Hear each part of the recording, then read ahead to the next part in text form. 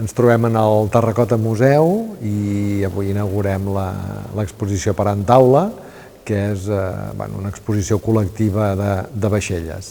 És una exposició que està organitzada pel museu i per l'Associació de Ceramistes, els quals, col·laborant plegats, han sigut capaços, aquesta ja és la quarta edició, de crear una exposició allà on es mostra tota la creativitat en vaixella de taula dels ceramistes bisbalencs.